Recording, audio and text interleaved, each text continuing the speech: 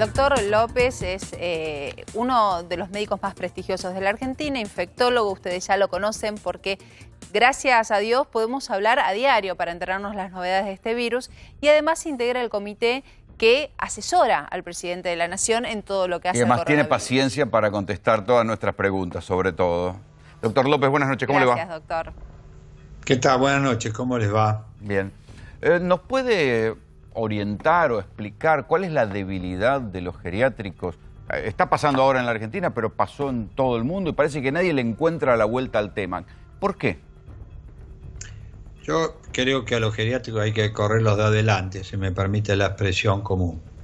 Esto está vinculado a que los geriátricos es un lugar cerrado, con población vulnerable, diríamos, que comparten muchas horas juntos actividades comunes, con lo cual el riesgo de transmisión, si entra el coronavirus, es muy alto. Entonces uno tiene que empezar a pensar si no es necesario que el personal que trabaja dentro de los geriátricos, uno no tiene que empezar a testearlos, diríamos, no solo con datos clínicos, también con datos por ahí de testeos de laboratorio, para ver si tienen o no coronavirus. O sea, fíjese usted, entra en un geriátrico un trabajador cualquiera que tiene fiebre por ahí de 37,5 y tos, claro, puede ser un cuadro viral, pero hay que descartar que no sea un coronavirus. Claro. Sin embargo, el individuo se toma un paracetamol, no tiene síntomas, empieza a trabajar, toma contacto con los adultos mayores y hace un desastre. Y hace un desastre. Este es el primer punto.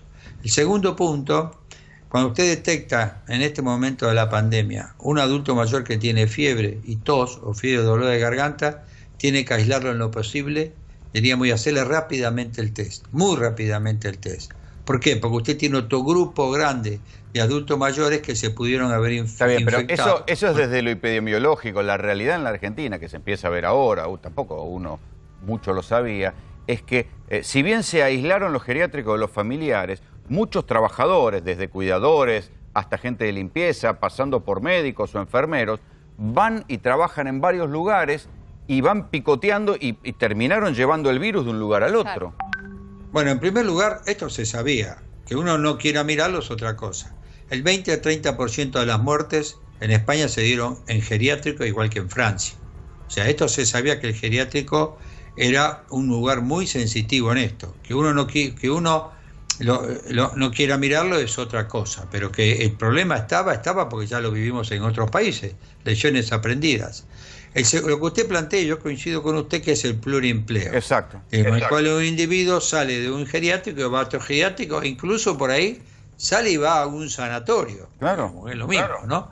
Y eso justamente son los temas que es importante. Por eso yo creo que al personal de los geriátricos va a haber que pensar, diríamos, de tener no un control, sino una seguridad que estos individuos no contagien. Claro. Y no hay manera de demostrarlo. O que se queden trabajando en un solo lugar.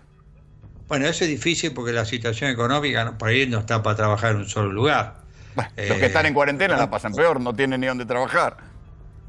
Está bien, pero la cuarentena es porque te tocó. Pero otra cosa es cuando uno está manteniendo un hogar, son dos conceptos distintos, ¿no? Pero independientemente de esto, uno tiene que buscar una variable para que el personal que trabaja en un geriátrico pueda ser testeado. Digamos, y el personal que tiene un poco de fiebre no deberá trabajar. Y el personal que tiene tos no deberá trabajar hasta ver cómo evoluciona. Doctor, y a propósito de esto, digo, muchas familias se plantean, si en los geriátricos donde tienen a sus familiares no hay casos todavía, se están empezando a plantear de la posibilidad de llevarlos a sus casas. De ir a buscarlos, de que antes de que pase algo, tenerlos con ellos en sus casas. ¿Usted esto lo recomienda? Bueno, yo no puedo recomendarlo porque hay que ver la situación particular de cada familia con ese adulto mayor. Así que en esto yo no lo sé. Lo que sí creo es que si las personas que van a vivir en el geriátrico, tenemos que tomar las máximas precauciones con el personal, digamos, para que el personal no contagie al adulto mayor. No olvidemos que se ha suspendido la visita de los familiares a los geriátricos justamente por el riesgo de no traer el virus a los geriátricos. Esto puede ser totalmente homologable al personal que trabaja para estar seguro que no contagia. Digamos, en esto no hay alternativa. Después, si los familiares quieren llevarse el adulto mayor a la casa y si hay acuerdo, es una decisión individual familiar, que yo ahí no puedo dar ningún consejo, pero sí puedo dar el consejo desde el punto de vista que si uno no va a detectar precozmente la transmisión, digamos, ocurre lo que ocurre ahora, lo que ocurrió en los distintos geriátricos. Yo creo que el geriátrico no hay que tomarlo a la ligera, le soy absolutamente sincero. Doctor López. Y se está planteando, termino, en la ciudad de Buenos Aires testear al personal de los geriátricos. Claro. Doctor López, ¿cómo se coloca usted a favor o en contra de las salidas transitorias? No, las salidas transitorias masivas, pero en jurisdicciones que el virus está circulando ampliamente, como es Capital Federal, conurbano, Chaco, Córdoba y también Santa Fe, no me parece que sean adecuadas en este momento de la pandemia y en este momento del manejo de la cuarentena. Yo sé que esto es una medida antipática, pero en esos lugares hay que tener mucho cuidado porque la transmisibilidad ocurre. Hay un aumento del número de casos en la ciudad de Buenos Aires en las últimas semanas, que hay que mirarlo con mucho cuidado. Y cuando usted mira las curvas, Fernando, usted va a ver que Capital, conurbano y ciudad de Buenos Aires están totalmente despegadas del resto de las provincias. Y la otra provincia que tiene casos activos es Chaco. Chaco nadie se acuerda porque queda lejos. Chaco tiene más casos que Córdoba, fíjese usted, para analizarlo, nada más, ¿no? Por lo tanto, yo creo que en esto, la medida que tomaron los 4 gobernadores, que además era decisión de la jurisdicción llevarla a cabo o no, creo que está bien. Creo que por ahí, en un futuro, va a haber que analizar por ahí, diríamos, no sacar a toda la población, aunque sea una actividad recreativa de 1 hora, sino por ahí privilegiar los adultos mayores y los niños, sacándolos a distintos horarios, distintos días, buscar de alguna manera... ¿Hay algún país donde se haya hecho exitosamente y responsablemente? Porque ya vimos lo que pasó en España, que tampoco funcionó. No, pero sí lo permitió esto antes de salir. Usted vio que en Nueva Zelanda acaba de decir que está levantando la cuarentena porque ya no hay transmisión.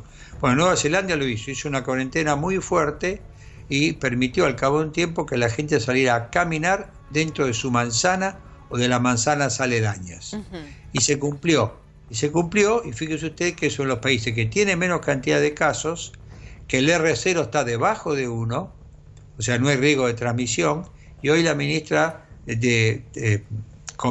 decidió que empieza a levantarse la cuarentena, diría, porque no consigue, no hay transmisión. Pero mire usted qué interesante, lo último que se va a levantar van a ser las escuelas, porque sabe que las escuelas movilizan mucha cantidad de gente, claro, ¿no? Que es lo primero que se cortó acá.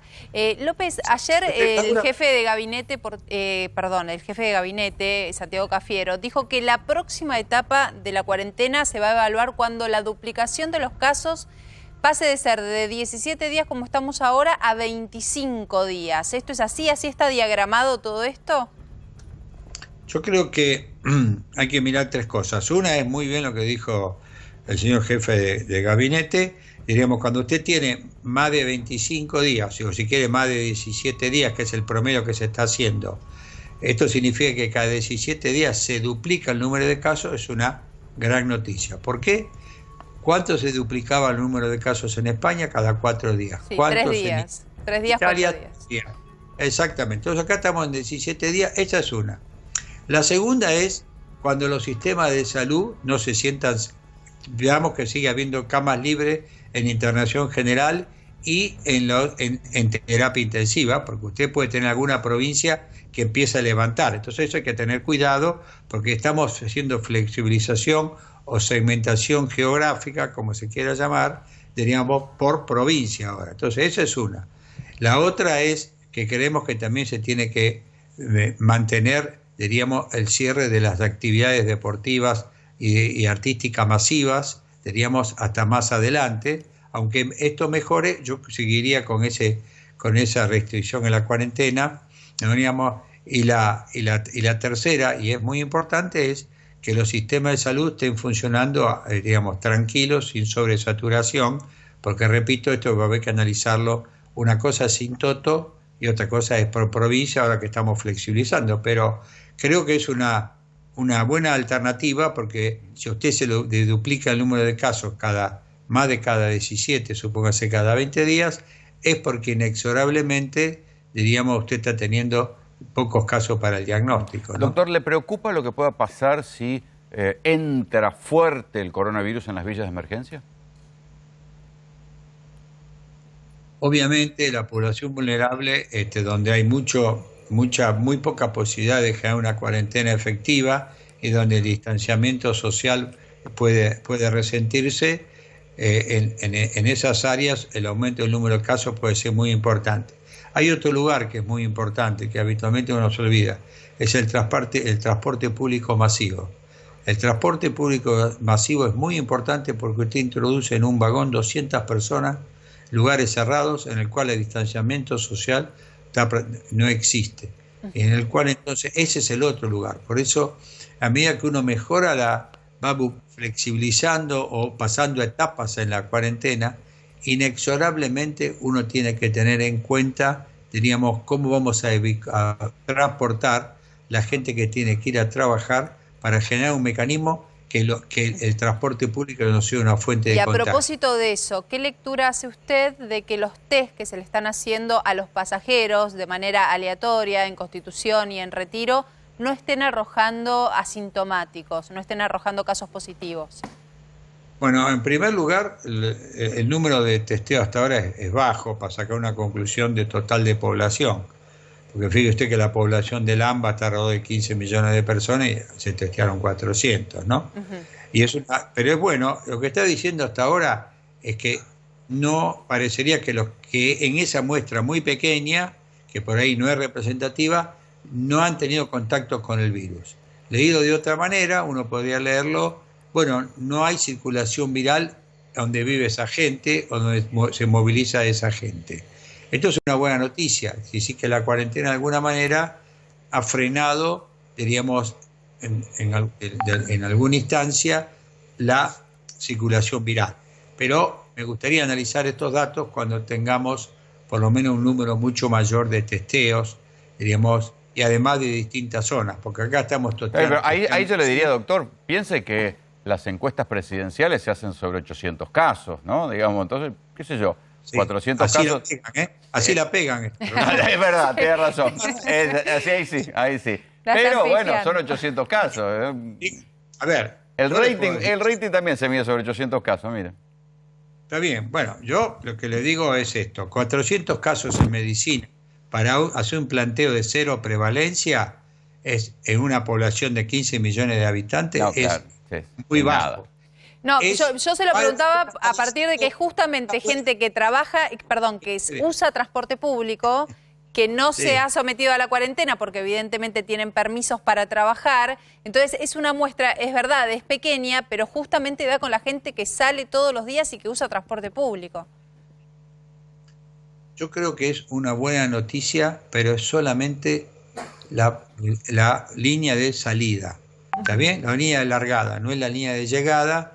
Cuando tengamos más casos, y si esto se sostiene, es un buen dato. Porque también es cierto que se acercó gente que no viajaba porque le interesaba saber cómo estaban, que después lo dijeron.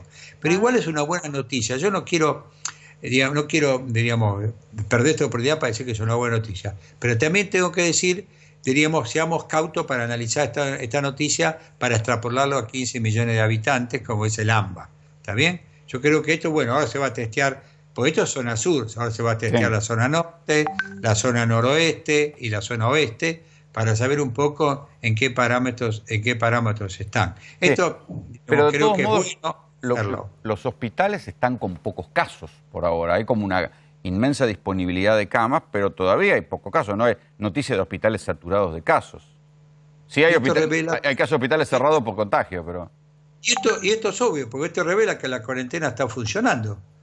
Por eso, hay que decir a la gente que nos ayuda a seguir manteniendo la cuarentena. Porque el ejemplo que usted plantea es perfecto. Prácticamente las camas de terapia intensiva están entre el 40%, quizás en el 50% y nada más. Con lo cual esto es muy bueno, diríamos, y además no se nos ha movido la mortalidad, está alrededor del 4,5%, 4,8%, que también es una mortalidad bastante aceptable. Y por otro lado, hemos aumentado los testeos, que es una cosa que yo venía pidiendo, se ha hecho, y esto está en parte sensible, hemos mejorado la sensibilidad, porque ahora con fiebre 37,5 y un poco de tos, ya se puede testear. Claro. Antes había que llegar a 38, y 38 esta enfermedad al principio no da 38, da fiebre baja, da febrícula, 37,5, 37,6. Así que eso también es bueno. Y por otro lado, el tiempo nos da, Rolando, algo que usted planteó, nos permite seguir mejorando el sistema de salud para recibir por ahí el aumento de casos con el pico. Así que eso también es importante, ¿no? Claro. Doctor, le agradecemos mucho el contacto. Gracias. Muchas gracias a ustedes por llamar y sigamos luchando para mantener la cuarentena. Por lo menos Muchas esta... gracias. ¿Cómo no? Muchas gracias, doctor.